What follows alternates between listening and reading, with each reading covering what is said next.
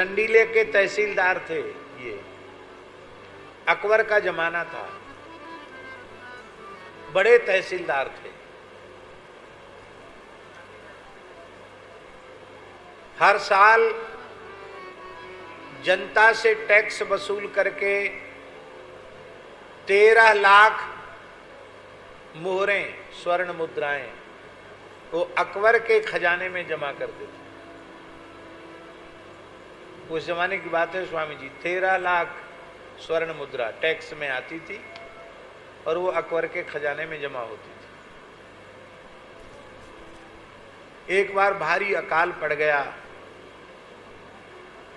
और कुछ ब्रजवासी ब्राह्मण आ गए, कुछ संत महात्मा आ गए। अकाल की मार तो सब पर पड़ती है। मदन मोहन सूरदास जी ने सारा राजस्व जो अकबर के यहाँ जमा करना था 13 लाख, वो सबका सब गौ ब्राह्मण और संतों की सेवा में समाप्त कर दिया। अकबर के यहाँ तो खजाने में जमा करवाना है तो तिजोरियों में पत्थर भरवा दिए, तिजोरी में पत्थर भरवा दिए। एक पर्ची लिख करके डाल दी, उसमें 13 लाख संडीले उपजे, सब साधुल मिल गटके, मदन मोहन सूरदास आधी रात वृंदावन को सटके। ये लिख दिया उसमें पर्ची कि 13 लाख स्वर्ण मुद्राएं तो आई थी, लेकिन गौ ब्राह्मण संत भूख से तड़प रहे थे, हमने खर्च कर दिया। साधुल मिल गटके, साधु खा गए, भंडारा हो गया।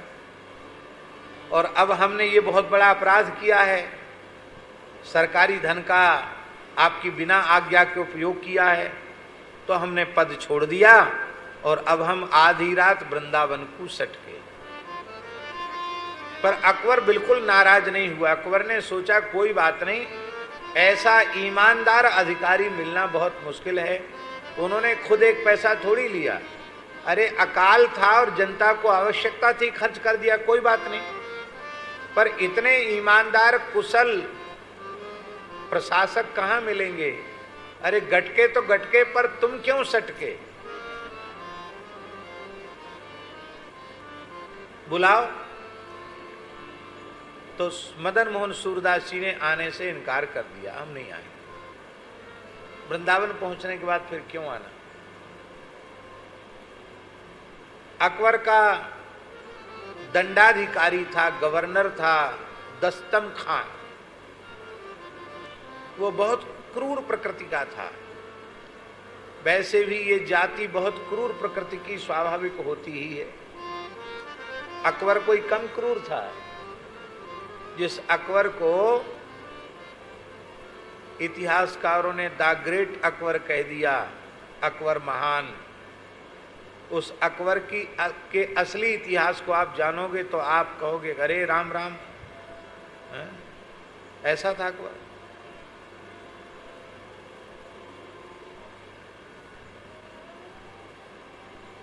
चालीस हजार क्षत्राणियों ने जौहर किया। किसके कारण किया? अकबर के कारण किया। कैसे, कितनी घटनाएं अकबर के जीवन की ऐसी।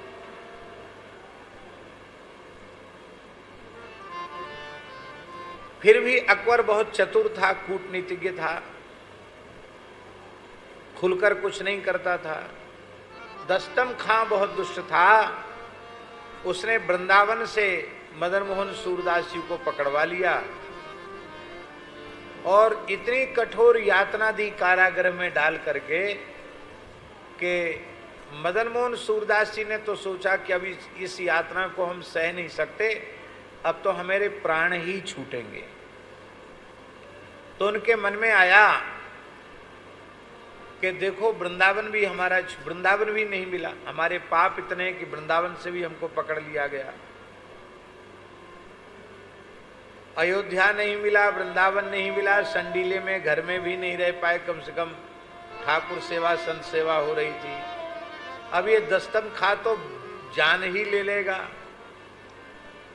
तब उन्होंने एक पर्ची पर लिखा, कवि तो थे ही, एक तम तो अंधियारो करे,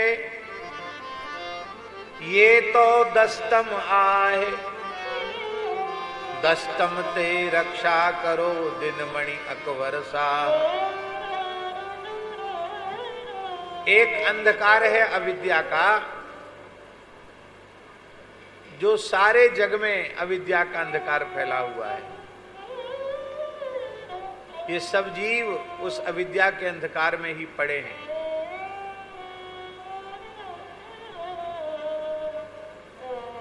और ये तो 10 तम है, 10 गुना तम।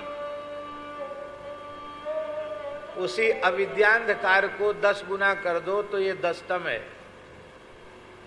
इसलिए हे अकबर, अकबर माने अकबर को नहीं बोला था उन्होंने तो भगवान से प्रार्थना की थी। अकबर, अकबर किसका नाम है? परमात्मा का नाम है अकबर। अरे सीधा साधा अर्थ है, कबर माने होता है आवरण, और आ माने नहीं। जिसमें माया का आवरण न हो वो अकबर।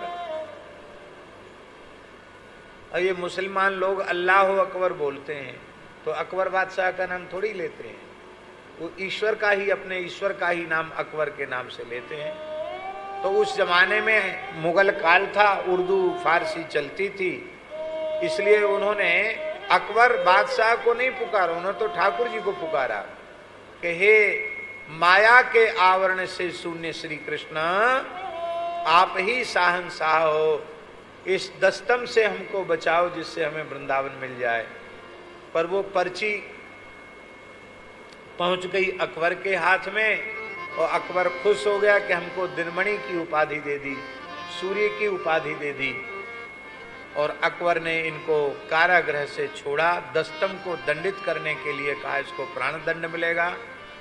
पर श्री मदन मोहन सूरदास जी ने कहा कि नहीं, इसने तो अच्छा ही किया, हमने सरकारी धन का दुरुपयोग किया तो हमको यहाँ सजा भोग ली, तो यमराज के यहाँ सजा नहीं भोगनी पड़ेगी। इसने तो बिल्कुल ठीक किया, इसको मारो मत, इसको नौकरी से हटाओ भी मत। यही संत का संतत्व है।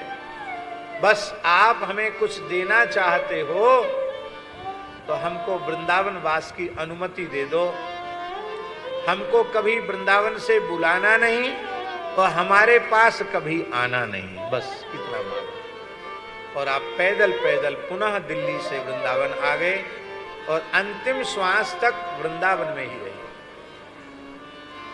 ये जहां सनातन गोस्वामी जी की समाधि है, उसी लाइन में जब आगे मदन मोहन जी के मंदिर से आते हैं तो एक और उनकी समाधि भी है प्राचीन, श्री मदन मोहन सूरदास जी की समाधि है।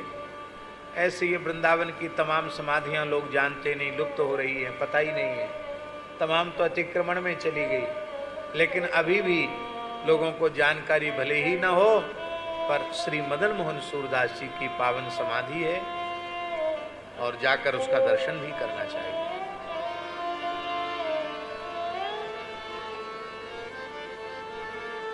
इनके नाम के पदों में भी मदन मोहन सूरदास छाप है, तो बहुत से लोग सूरदास जी का पद मान लेते, पर सूरदास जी के पद नहीं है, ये मदन मोहन सूरदास जी के पद है।